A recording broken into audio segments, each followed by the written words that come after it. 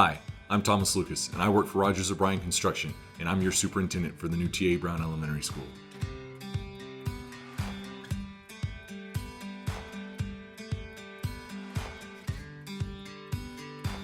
So now we've gotten to the point where we get to start finishing out the inside of the building.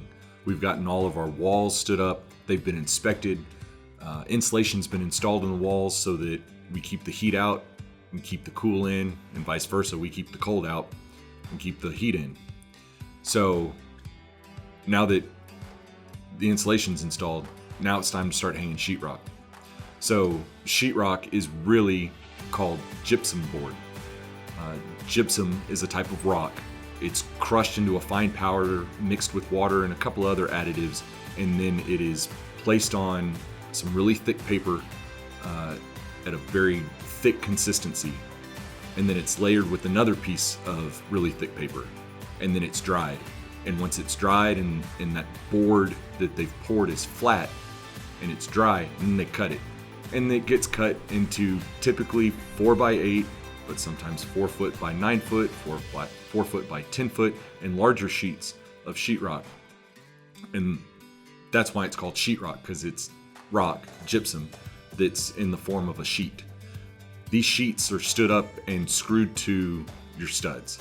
It's the same way at the building or at your house. Once the sheetrock is in place, then we begin to finish the sheetrock, which means that we're gonna start installing tape and float, and eventually paint. So tape and float is the first step, and float is just powdered gypsum that isn't poured and placed between two pieces of paper. It's mixed into a trough and it's applied with a sheetrock knife, and it helps to fill in the joints where the two pieces of sheetrock come together. It's also used to cover up the screw heads so that you don't see them once the paint goes on.